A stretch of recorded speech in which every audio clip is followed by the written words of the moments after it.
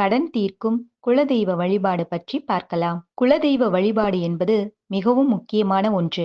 அப்படி வழிபட்டால்தான் நாம் செய்யக்கூடிய செயலில் நமக்கு வெற்றிகள் உண்டாகும், தடைகள் விலகும். முன்னோர்களின் அருளையும் மற்ற பிற தெய்வங்களின் அருளையும் நம்மால் பெற முடியும். குலதெய்வ வழிபாட்டை பௌர்ணமி நாளில்தான் செய்ய வேண்டும்.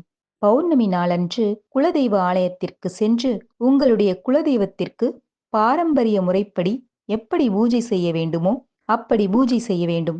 பூஜை செய்து முடித்த பிறகு பச்சரிசி மாவினால் தயார் செய்த மாவிளக்கை 12 எண்ணிக்கையில் குலதெய்வத்திற்கு முன்பாக வைத்து நெய் ஊற்றி பஞ்சு திரி போட்டு தீபம் ஏற்ற வேண்டும்.